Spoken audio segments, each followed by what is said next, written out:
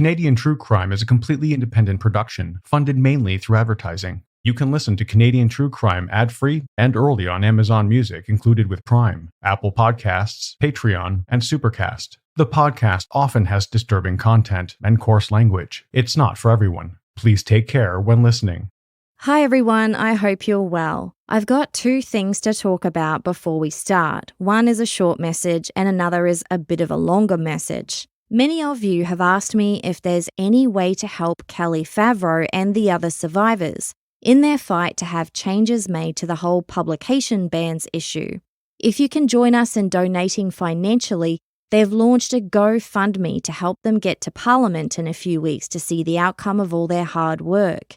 Many live on Vancouver Island and it's not cheap or easy to get to Ottawa, so if you're able to help, please see a link to the GoFundMe in the show notes. The second thing I wanted to talk about starts with an additional content warning. This episode is about the killing of a transgender person, and it also includes brief mention of Indigenous trauma and residential schools. See the show notes for details of a 24-hour crisis line. This episode was in the works before one of the recent mass shootings in the United States that stoked the growing fire of anti-transgender hatred.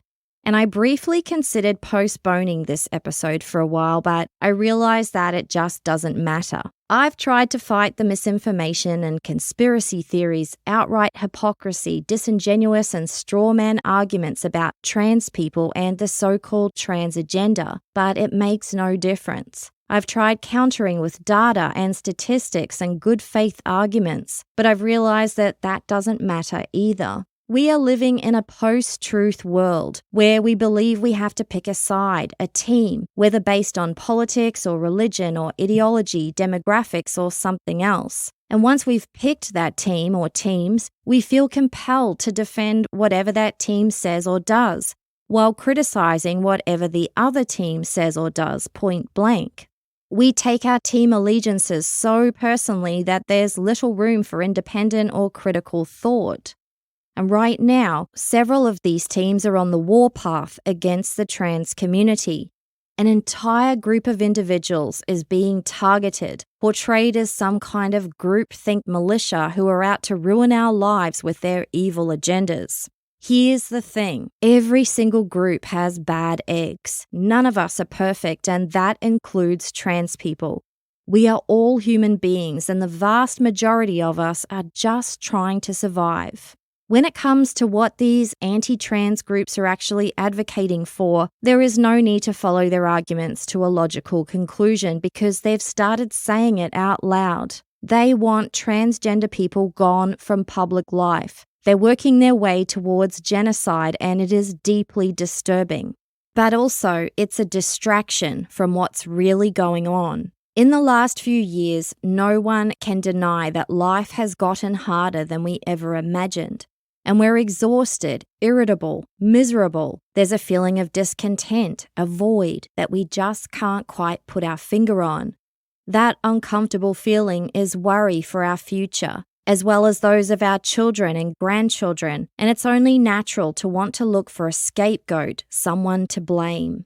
I know there'll be people listening who will assign political motivations to what I'm saying, so I want to make it very clear that even though I think it's important to vote in elections, and I always do, I am not on any of the teams. I don't support any political party, and I don't even adhere to a particular ideology because I'm always learning and taking new perspectives into consideration. What I do believe in is improvement, fairness, honesty, transparency, and the truth, even when it's inconvenient for me or difficult to hear.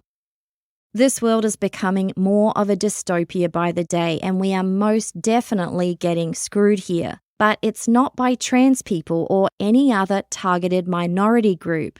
Trans people are not to blame for the cost of living crisis that many of us are experiencing. They're not to blame for the fact that grocery store CEOs are claiming inflation as an excuse for the sharp increases in the price of food, yet refusing to increase the minimum wage of workers so they can keep up with that inflation. And they're still making billions in revenue, giving themselves fat bonuses and pay increases.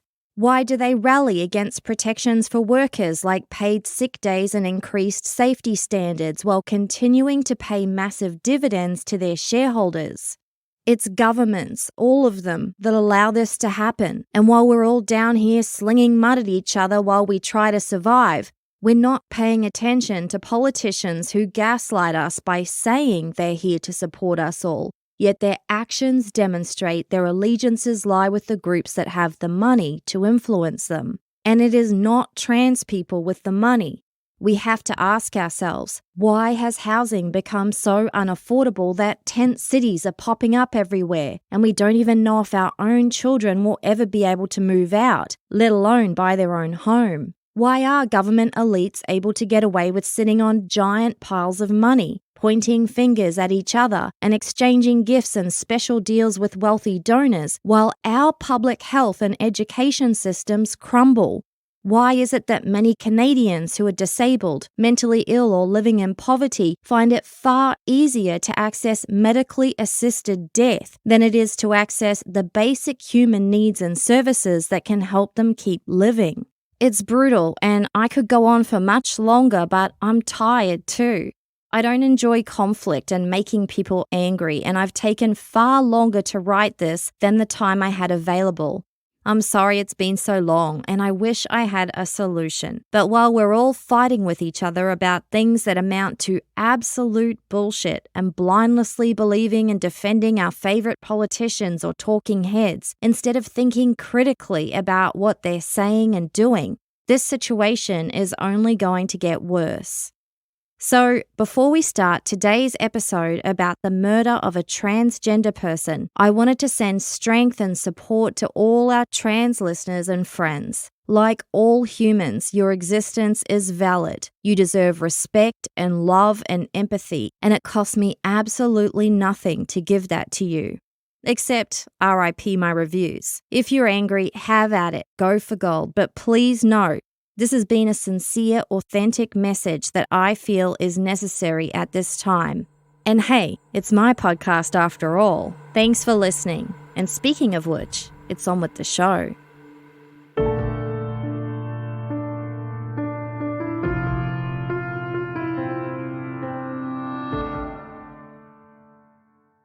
It was September 29th, 2012. And a resident of the city of New Westminster in the Metro Vancouver region of British Columbia was entertaining a friend.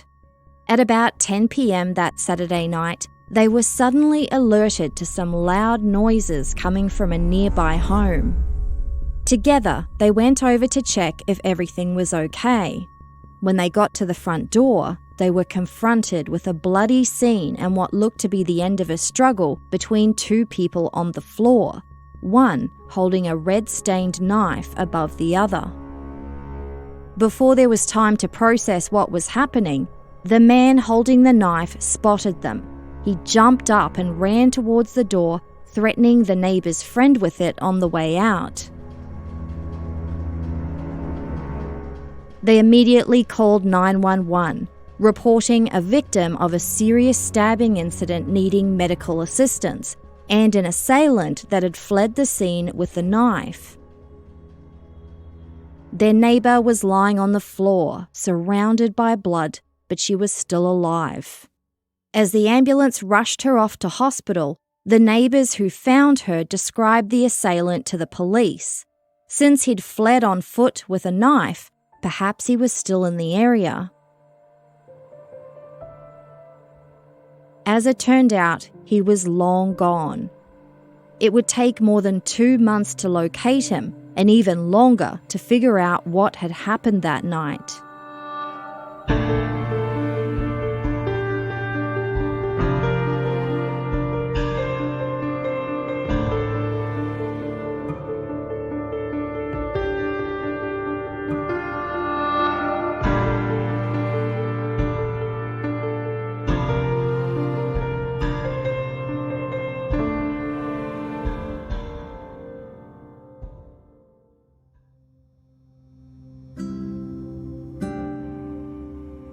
Just over 4 years earlier, in 2008, Canadian social worker Alex Sangar had an idea to start a not-for-profit.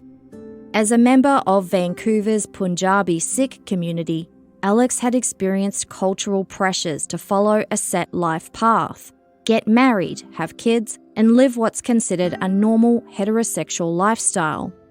When he came out as gay, he had the love and support of his mother, but he knew many others weren't so fortunate.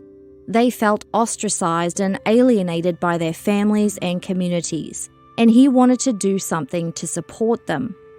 So, in 2008, he founded Share Vancouver, a non-profit and registered charity for LGBTQ+ South Asians. Share means lion in many South Asian languages, a symbol of courage, pride, bravery, and strength. Alex relied on a small group of friends to help him get the organisation up and running, including Ash Brar, who today serves as president. But they needed all the help they could get, and in early 2009, Ash came to Alex with some exciting news. He had just met someone fabulous. Ash said he was on the bus when a woman hopped on that he immediately recognised as being Filipina. Ash was also from the Philippines and couldn't resist the opportunity to speak to her in Tagalog. The woman responded in kind with a sparkle in her eye, and the two started chatting as the bus pulled away from the curb. She said her name was January. She was 23 years old, and as Ash would later learn, she'd led an interesting life. January was born in April of 1986 in Santiago, Isabela, in the Philippines, and when she was 18 years old, she immigrated to Canada. But she wasn't born with that name. At some point in her life, she realised she was a trans woman, and by the time she met Ash Brar on the bus 5 years later, she had legally changed her name to January Marie Lapuz and was proudly living as her authentic self. And it showed. January had a joyful, vibrant energy that was infectious. Ash and January quickly became best friends, and he soon introduced her to Alex Sangar and brought her into the fold at Share Vancouver. Everyone loved her extroverted, goofy, larger-than-life personality and the way she was able to laugh at herself while complimenting those around her. It was clear to all that January wanted people to feel comfortable in her presence. Share Vancouver was starting to further their local community outreach by putting on events, and January soon became the perfect MC, effortlessly getting the small crowds going with dancing, singing, and making them laugh. The organisation's founders, Alex Sangar and Ash Brar, didn't know if many people would attend some of their events, but January was like a magnet. In just a few short months, they saw more and more new people showing up just because of January. She was literally a highlight. People came just to see her, and word was starting to spread. But for all of January's joy and vibrancy, she dealt with difficulties and internal struggles, which likely included the knowledge that she had been bought and sold as a baby. When January was just 2 months old, her birth mother sold her to another Filipina woman, Betty Lapuz. In later interviews, Betty would say she paid 1,000 Philippine pesos for the baby, an amount she estimated to be the equivalent of less than 10 Canadian dollars. Under Philippine law, this is a legal black market adoption, punishable by life in prison and hefty fines. But the illegal sale of newborn babies was widespread among women, particularly those living below the poverty line in the country's poorest communities. And they still are today, with babies being reportedly sold on Instagram and Facebook, or in Manila's slums, the makeshift home of approximately 4.5 million homeless people. Access to birth control is one of many factors that come into play. But it wasn't that these mothers didn't want their babies.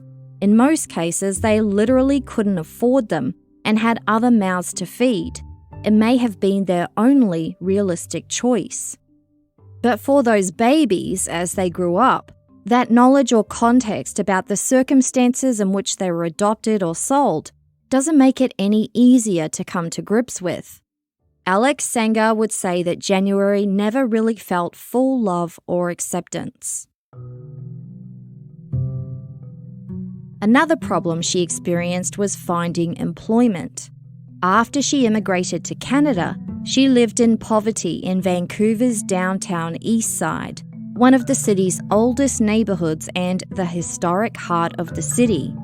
The downtown east side is also known for disproportionately high levels of homelessness, poverty, crime, hazardous use of drugs and alcohol, mental illness and sex work, a complex set of circumstances that allowed convicted serial murderer Robert Pickton to use the area as his personal hunting ground for as long as he did.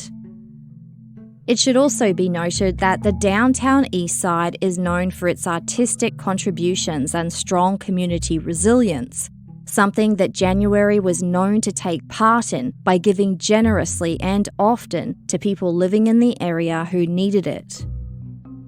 January relied on survival sex work to pay her bills, also known as street or outdoor sex work. It's usually the last resort for people in extreme need and can be extremely dangerous. Alex Sanger would say he tried to talk January out of survival sex work, but she would shoot back, "Are you going to pay my groceries? Are you going to pay my rent? How am I going to survive?" January told him that she'd tried many times to get a more conventional job, but no one would hire her. She figured it was because she looked so obviously different. This is a common experience for transgender and non-binary people in Canada. Even though they're often well-educated, their unemployment rate is almost 3 times higher than that of the broader Canadian population, and almost half of them live either below the poverty line or very close to it. And if they do manage to land a so-called normal job, they bear the brunt of violence and harassment both within and outside of the workplace. A 2022 report by the Canadian Labour Congress found that almost 3/4 of transgender respondents reported facing sexual harassment and violence at work.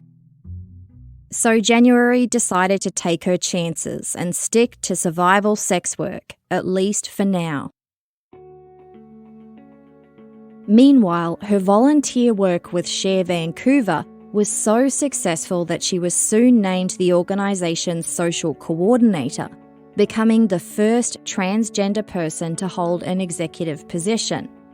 January welcomed new members, connected them to information and support services, and helped organise and plan social activities and events, a perfect role for her personality. She was thrilled, and the organisation's founder, Alex Sanger, would say it was, quote, the first time in her life that someone gave her a chance. But really, it was Share Vancouver that was lucky. January would take to the streets with Ash Bra, the man she met on the bus who was now her best friend. The pair were almost inseparable, talking up their events, putting up posters, selling tickets, educating people, with January confidently chatting to anyone and everyone she came across. Alex Sanger would recount that when January introduced herself to new people on the street, she would often charm and disarm them by saying, quote, "Hi, my name is January. I know it's a cold month, but I make it hot." And when the events were happening, she was there to make sure everything went smoothly and everyone felt comfortable. Share Vancouver had initiated a fun social event called Bollywood Nights, and after January started performing as Beyoncé, the crowds grew and grew. By 2012, she had become a known figure in the local Pride Parade. When the float won the Most Diverse Award one year, January had been credited with being the primary reason. Through her volunteer work with Share Vancouver and the connections she'd made, a whole new world of possibilities had opened up for her. She had taken some makeup artistry courses and was considering going back to school, but she still relied on sex work to pay her bills. Instead of doing outside survival work on the downtown east side, though, January was now seeing clients in her new home in New Westminster. She was always upfront about the fact that she was transgender. It was dangerous not to be. A few years earlier, a client in North Vancouver had been charged with the second-degree murder of 40-year-old sex worker Tracy Tom. The client claimed to have no knowledge that Tracy was transgender until they got to a motel room. Long-time listeners might remember that we covered this case in episode 50. The defence successfully relied on what's widely referred to as the gay panic defence, which states that if the person accused of murder can demonstrate that they were provoked, the murder charge can be reduced to manslaughter. In Tracy Tom's case, the accused claimed to have seen some scarring around her genital area after they got to the motel room, which provoked the violent reaction of strangling her to death and dumping her body in an abandoned shopping cart. A guilty plea of manslaughter was allowed, along with a reduced sentence. The gay or trans panic defence justified and excused violence and murder as a reaction to the victim's sexual orientation or gender identity. Fortunately, it would be removed from the Canadian Criminal Code in 2015, but that was 3 years after the story we're telling today.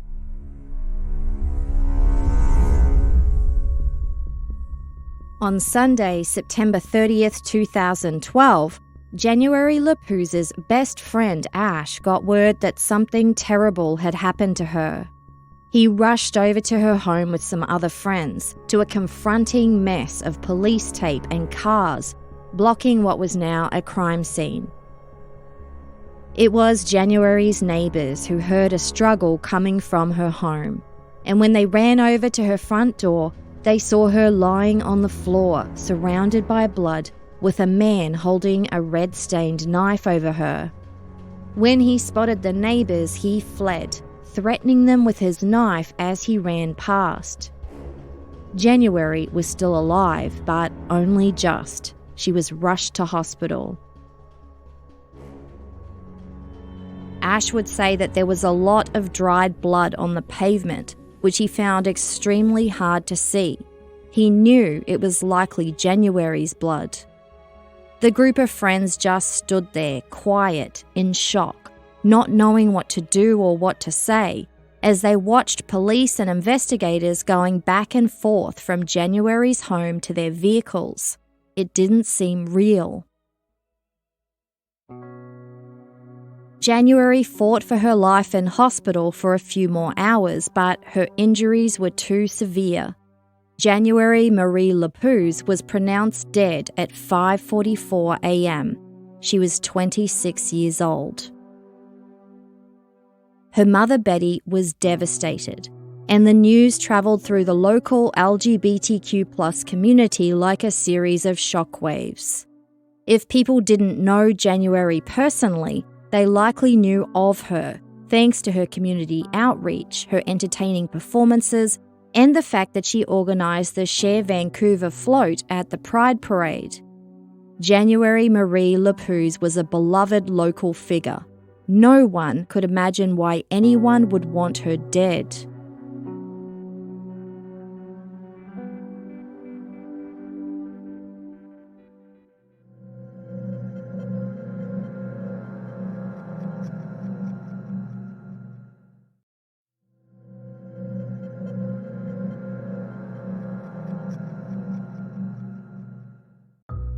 Initial media reports referred to January's death as a fatal stabbing, and the RCMP requested the public's assistance to identify the man seen running from her home with a knife. He was described as a male in his mid-20s, maybe Asian, approximately 5'5" tall, with short black hair and a muscular build. He was wearing a black muscle shirt and grey shorts.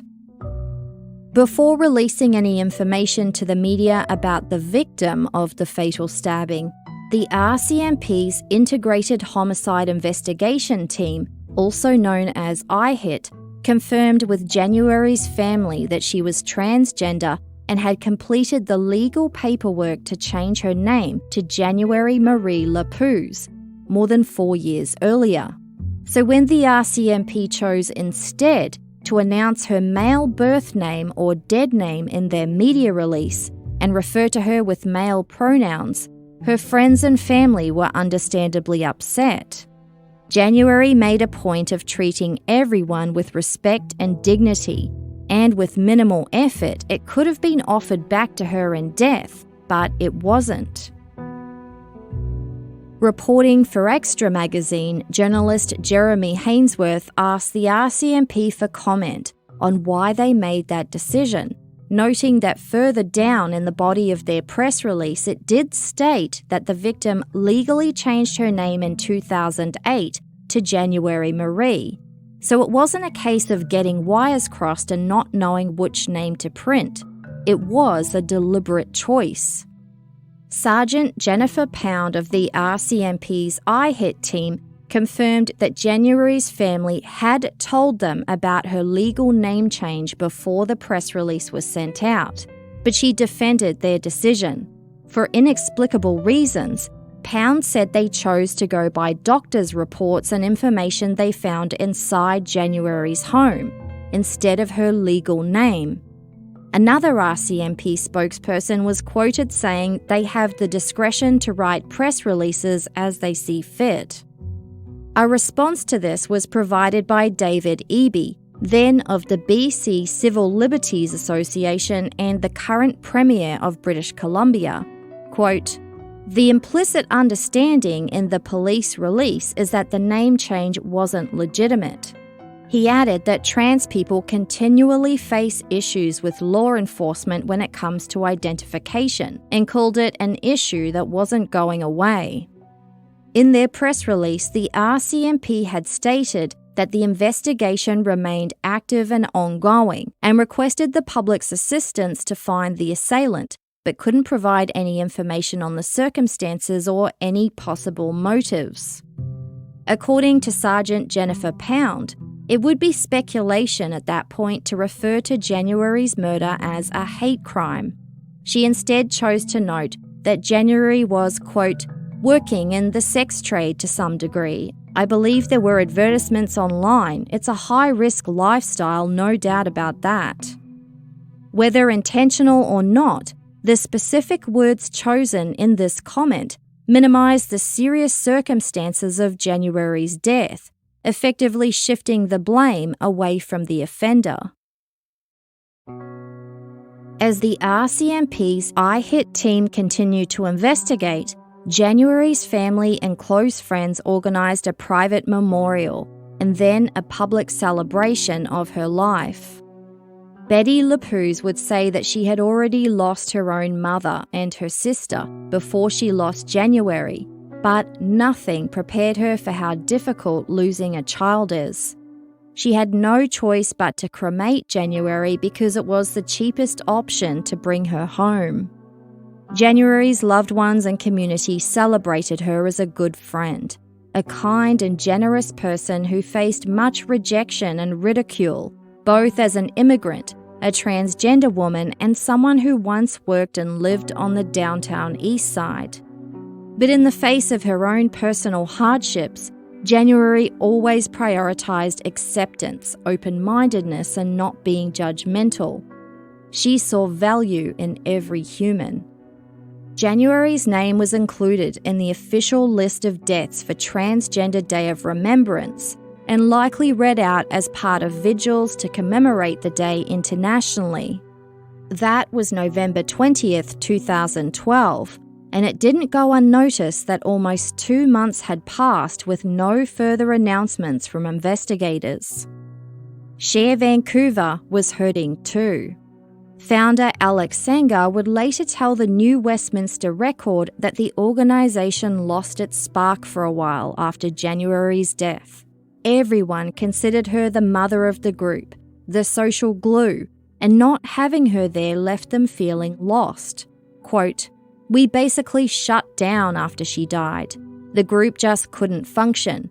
We just didn't feel like celebrating and having parties." There were doubts about whether there would ever be justice for January. On December 6, 2012, just over 2 months after January's death, the RCMP IHIT team suddenly announced they had made an arrest. They named 20-year-old Charles Jamison Mungo Neal, who went by Jamie, as the person they had charged with second-degree murder. The announcement gave no information on how the accused was identified and how they found him. It only mentioned that he had no previous criminal record and that investigators were continuing to look for a motive in the killing. Jamie Neal was remanded in custody until his next court appearance in the new year.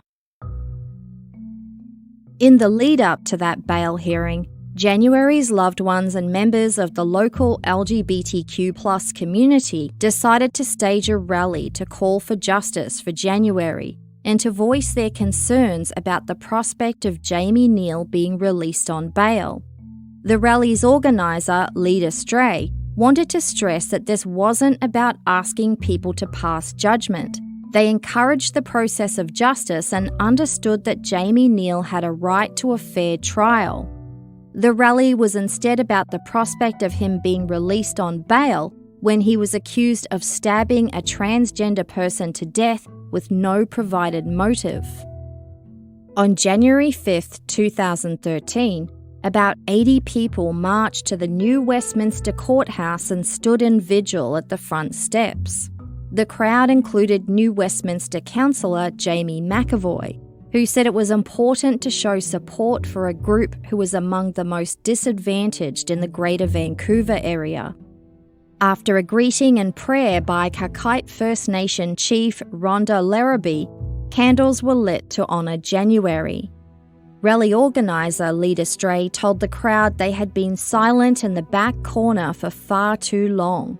Quote, "We've accepted injustice, humiliation, degradation based solely on the lack of education on our community and our lifestyle. For me, the death of January Marie Lapuz was the breaking point in my silence. It's horrific that it took the murder of someone so beautiful, so strong, to break that silence."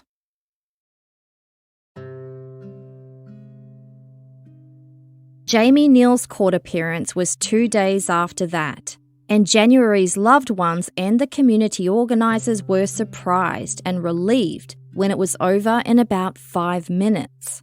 Instead of requesting bail, Neal's lawyer David Tarnow requested that he continue to be remanded in custody. It wasn't public knowledge at the time, but as it turned out, Jamie had confessed to the murder to an undercover officer in his cell. No further details were ever publicly provided about this confession, but Jamie would be kept in custody right up until his trial.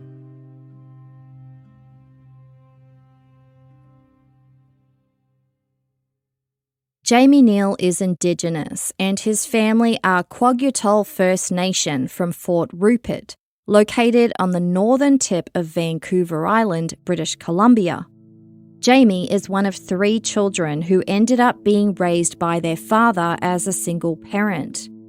Their mother had attended a residential school, one of the many government-funded and church-run schools for Indigenous children, designed to, quote, "kill the Indian in the child."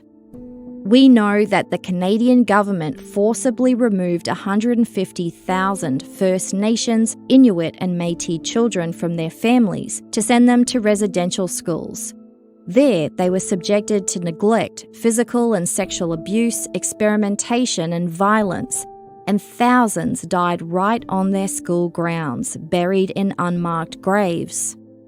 An overwhelming percentage of those who survived were left with anger, anxiety, depression, low self-esteem, PTSD, high suicide rates, and more.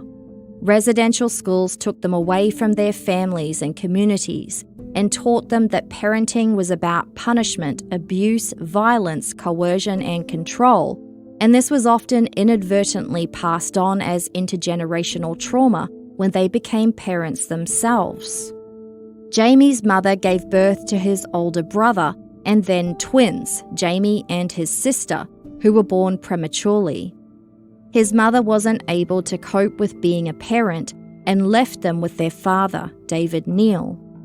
In a later letter sent to the court, David would recognise that this abandonment was the single most adverse experience of his son as a First Nations person. He described it as a significant and early childhood trauma from which Jamie never fully recovered. According to court documents, Jamie Neal displayed developmental delays, and throughout elementary school he struggled behaviourally, socially, and academically. His father worked with the school in North Vancouver on extensive interventions to help Jamie, but this problematic behaviour continued. David Neal would describe his son as a textbook example of what happens to the children of Indigenous people who attended residential schools. When Jamie was an adolescent, his father moved them to Thailand, where he operated a business. Jamie was enrolled in a private secondary school there, but it didn't help with his behavioural issues. At some point, he was expelled after several physical altercations with other students. The family returned to North Vancouver in 2010, when Jamie was 17 years old, and his father David would say he took advantage of all the government and community supports on offer to help him, but Jamie wasn't interested. The following year, 2011, he did enroll in an adult basic education program in Vancouver, but was removed from the program after another physical altercation. According to court documents, by the time Jamie was arrested at age 20, he had no significant employment history, but he was supported by his father and siblings, who were described as productive members of the community. Although Jamie reportedly maintained a close relationship with them, he mostly preferred to spend his time alone and wasn't connected to the local community. A year after Jamie's trial was ordered, it was announced that he had reached a plea agreement with the Crown. He would plead guilty, but only to manslaughter. He had been charged with second-degree murder, which means a murder that was deliberate but occurred without any planning. In pleading guilty to manslaughter, Jamie accepted responsibility for causing January's death, but denied any intent to kill her. The plea deal hearing was held in June of 2014. January's loved ones were present, including her mother Betty Lapuz, seated just 2 rows behind Jamie Neal. Betty told the media she was not yet ready to discuss the case or the plea deal. The Crown presented an agreed statement of facts, in which Jamie Neal admitted he was responsible for the death of January Marie Lapuz and detailed what happened that night. According to the agreed statement of facts, on September 29, 2012, 20-year-old Jamie sent a text message to 26-year-old January to arrange sexual services. He confirmed he didn't know her, but did know she was a transgender sex worker. They agreed on a time and she gave him her address, but they didn't finalise the price for the services. At the time, Jamie was living with his twin sister and older brother in East Vancouver, and he travelled the 15 kilometres or so to January's new Westminster home, arriving at about 9:45 that evening. He and January had a conversation about what services he was requesting, but they couldn't reach an agreement about the price, which likely meant that Jamie didn't want to pay the rate that January gave him. According to the court document, they started arguing, and January grabbed some scissors and cut Jamie's hand. A physical struggle then ensued, where Jamie said he grabbed a nearby knife to defend himself. He proceeded to stab January in the face, neck, arms and torso until her neighbours showed up to see what the noise was about. Crown Prosecutor Rusty Antonuk provided some additional context, telling the judge that January Lapuz was 5 foot 11 inches tall and weighed just over 250 pounds, as compared with Jamie Neal, who was only 110 pounds and 5 foot 6. Journalist Jennifer Saltman described the difference for the province, quote, "January Lapuz was 5 inches taller than Neal and twice as heavy." But it's also relevant to note that January was stabbed a total of 18 times. At autopsy, she was found to have significant injury and internal damage, specifically to her vertebral artery and jugular vein, which was determined to have caused her death. Jamie jumped and ran out of the home, threatening the neighbour's friend with a knife as he ran past. According to the agreed statement of facts, Jamie Neal said he returned to his home, where his siblings tried to treat his hand wound.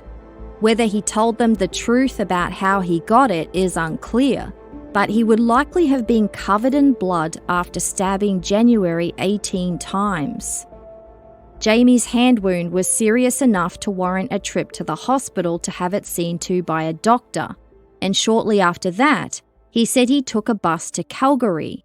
He then flew back to Thailand, where it appears his father David was living. The neighbours had told police they saw a male in his mid-20s running away with a knife, describing him as maybe Asian, approximately 5 foot 5 inches tall, with short black hair and a muscular build. Apart from the fact that Jamie was 20 and Indigenous, the description was fairly accurate, but there's some mystery as to how the RCMP got from point A to point B, how they learned the man described was actually Jamie Neal, who lived in a different area 15 kilometres away. The only thing mentioned in the court document is that investigators later recovered the knife he had been carrying. The RCMP became aware that Jamie Neal had gone to Thailand and were alerted that he would be returning to Canada on December 5th, 2012, just over 2 months after January's murder. He was arrested as soon as he returned. The Crown prosecutor said Jamie Neal, quote, overreacted in an explosive and highly violent manner. He did not have the required intent for murder, but rather used excessive force to defend himself. The Crown agreed with the defence's case that January was not killed because she was transgender. It resulted from an argument, and that's why the Crown didn't seek to have it labelled a hate crime. Extra Magazine noted that while the Crown prosecutor and the judge consistently referred to January as Miss Lapuz, Jamie Neal's defence lawyer David Tarnow called her Mr. Lapuz throughout the court process. The judge heard that the aggravating factors in the case that may warrant an increased sentence were that January Marie Lapuz was a sex worker and therefore vulnerable. There was no mention that the fact that she was also transgender made her especially vulnerable. Another highly aggravating factor, according to the Crown, was that Jamie Neal showed attempts to avoid criminal prosecution, first by threatening the neighbour with a knife as he ran from January's home, and then by fleeing to Calgary and then Thailand. Clear attempts to evade arrest and the consequences of his actions. And of course, the fact that Jamie stabbed January so many times indicated that he overreacted in an explosive and extremely violent manner. When it came to mitigating factors, the judge had ordered a glad-do report be prepared, a report that details the unique circumstances and systemic issues that come into play with Indigenous offenders. It's in this Gladue report that the details of Jamie's family history were reported, including the intergenerational trauma resulting from his mother's residential school experience, the impact of her leaving the family, and Jamie's struggles after that.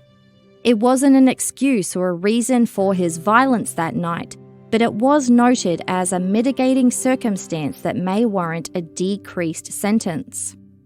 The Gladue report also noted that while substance use had been an issue for Jamie in the past, neither he nor others identified it as being a problem in the months before January was murdered. Other mitigating circumstances included his youth, the fact that Jamie was only 20 years old at the time of the offence. He pleaded guilty to manslaughter and had no other criminal record. The Gladue report indicated he had intentions to change and was trying to turn his life around. It also detailed Jamie's expression of empathy and regret about the offence. He indicated that he was sorry for it and conveyed condolences to January's family and the community. The judge stated that Jamie's expressions of remorse were, quote, not as thorough and convincing as one might wish to see, but conceded they may have been more of a reflection on Jamie's lack of ability to fully express himself. The judge accepted that Jamie's comments were sincere and noted they were supported by other information provided in the report. Judge Fritz Verhoeven confirmed with Jamie that he understood that he had pleaded guilty to manslaughter and that he understood the consequences of that plea. Jamie, seen in glasses, a white shirt and grey pants, agreed.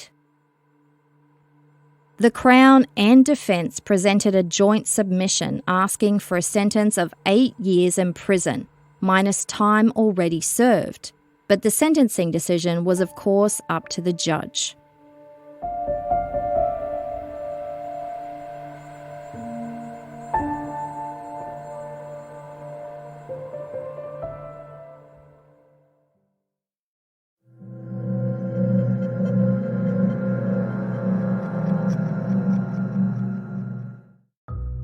In delivering his sentence, Justice Verhoeven noted that rehabilitation remains a significant factor in Jamie Neal's case. Quote, while his youth has been a troubled one, and there have been frequent indications of difficulties including inappropriate behaviour, this offence is out of character for Mr. Neal. It was also noted that Jamie Neal had been cooperating with available programs while in custody, and was supported emotionally by his twin sister, older brother, and father, who said they had identified his needs for social and emotional development and expressed hope for Jamie to receive and respond to those interventions. The judge summarised the case. While Jamie Neal, quote, stabbed January Lapuz with the intent to defend himself, he used more force than was reasonable in the circumstances. Therefore, Mr. Neal is guilty of the crime of manslaughter, but he is not guilty of murder. A victim impact statement written by January's mother, Betty Lapuz, was read out loud.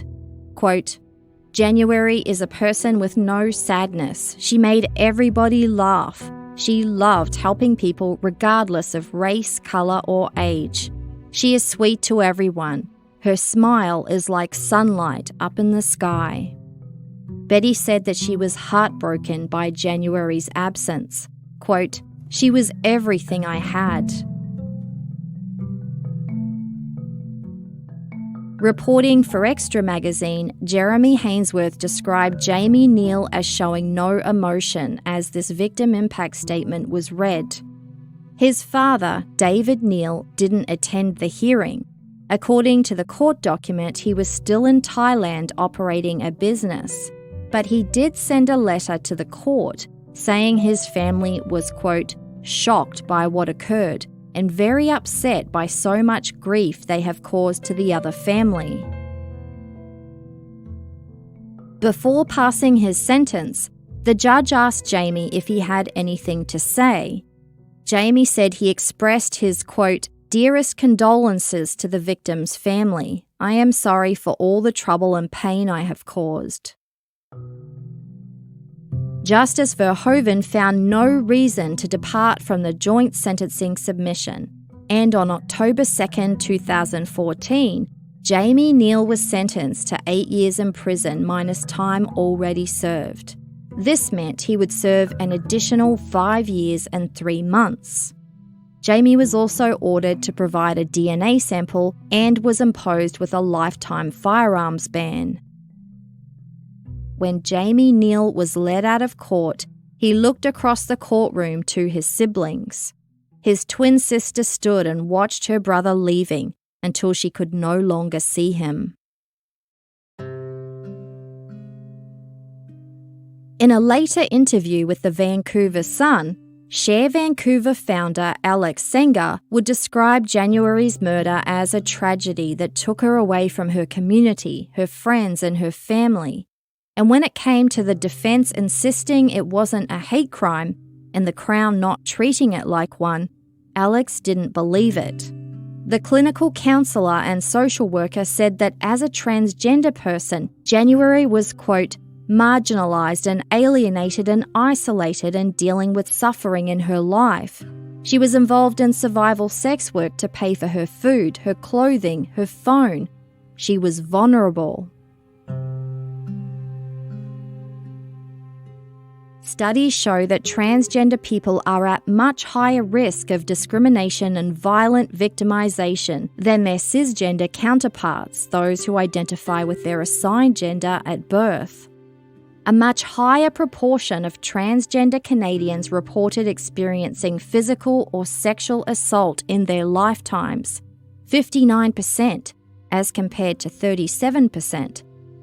And not surprisingly, in 2021, Statistics Canada reported that the COVID-19 pandemic further exposed and exacerbated issues related to discrimination in Canada, including hate crime. When it comes to incidents motivated by a hatred of gender-diverse people, the overall number is small relative to some other hate crime categories, like race, religion, or ethnicity. But what stands out in the police-reported data is that incidents against trans people are much more violent in nature than other hate crime categories, with almost 80% of reported incidents involving a violent violation, almost double the proportion. So when considering this data in the context of the highly violent way that January Lapuz was stabbed to death that night, there are a few things that really stand out. The facts of the case are that Jamie Neal knew January was a transgender sex worker. The evidence shows that when he arrived at her home and learned the price for his requested services, he didn't want to pay it. He could have just left at that point, but he responded in a way that obviously caused January to feel unsafe in her own home, prompting her to pick up a pair of scissors.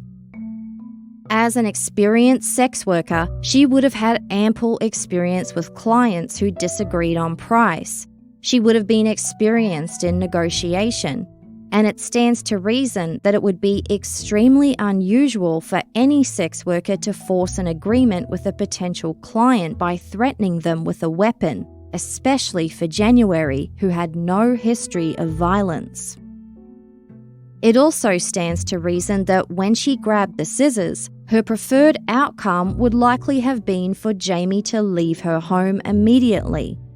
She may have been taller than him and twice as heavy, but he also had a visible muscular build and was likely able to move much faster than she was. Jamie Neal was the only source for the agreed statement of facts. But even in his version of events, there was no mention of January making repeated advances with the scissors that may have required him to fight back in self-defense. Instead of just leaving when his hand was cut, Jamie chose to grab a weapon of his own from January's home, a knife which he used to stab her a total of 18 times in an extremely violent manner. an explosive overreaction that only ended when the neighbours interrupted him. And then there's his obvious attempts to avoid consequences afterwards, running from January's home, threatening the neighbours with the knife as he ran past, and then ultimately fleeing to Thailand. It's clear to see why January's community believed hate was more of a factor in her death than self-defense. Jamie Neal finished his sentence in June of 2019 and was released on parole. But just 5 months later, in November, his parole was revoked. The only information about this was reported by Denise Ryan for the Vancouver Sun.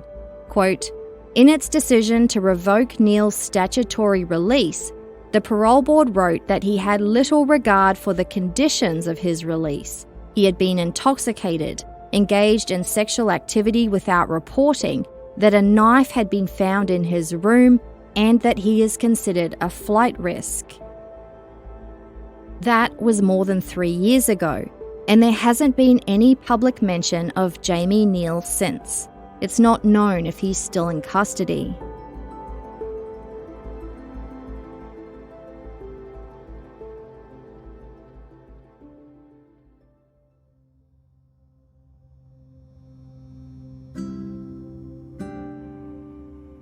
Share Vancouver eventually got its spark back.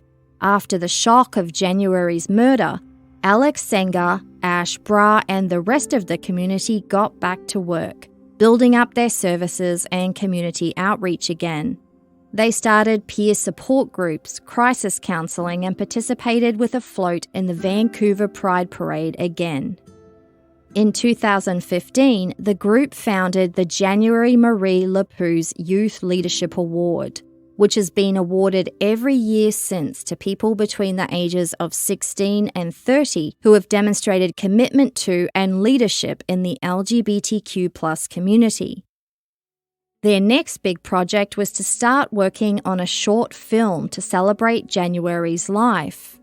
Originally, it was supposed to be just a concise 5-minute memorial to a treasured friend. But after the directors began the process of interviewing January's friends, family, and community, it ended up being 25 minutes long.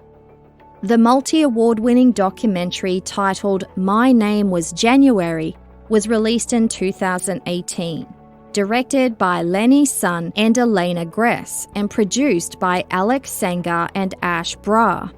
The film features raw interviews with Betty Lapuz, who speaks about January's life and her pain as a mother who can't quite come to grips with losing a child.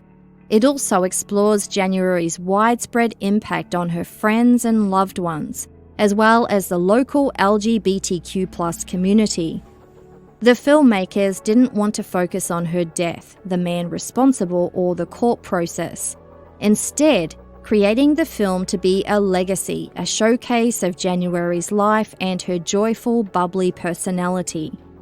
My Name Was January went on to win 13 international awards and was selected for 56 different international film festivals. You can find links to watch it on January's memorial website, januaryfilm.com. The film's description ends, quote, "This is the story of January, a friend, a daughter, a person. This film will not only bring justice to January, but to all the women who have lost their lives. January had a beautiful soul, and now part of her soul rests in each and every one of us."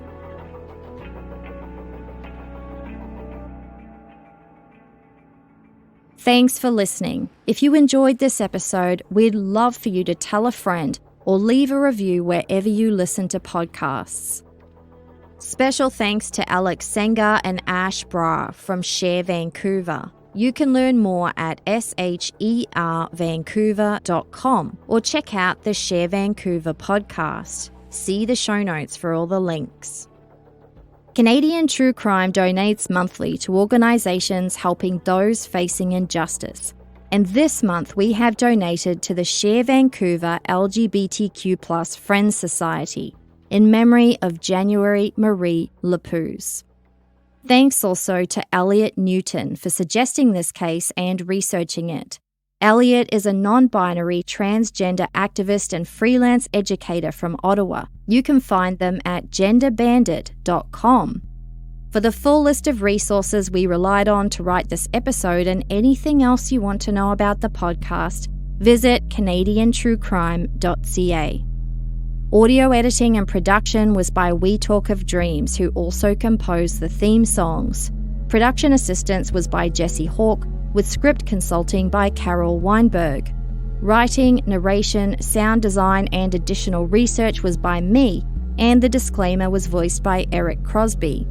I'll be back soon with another Canadian True Crime episode. See you then.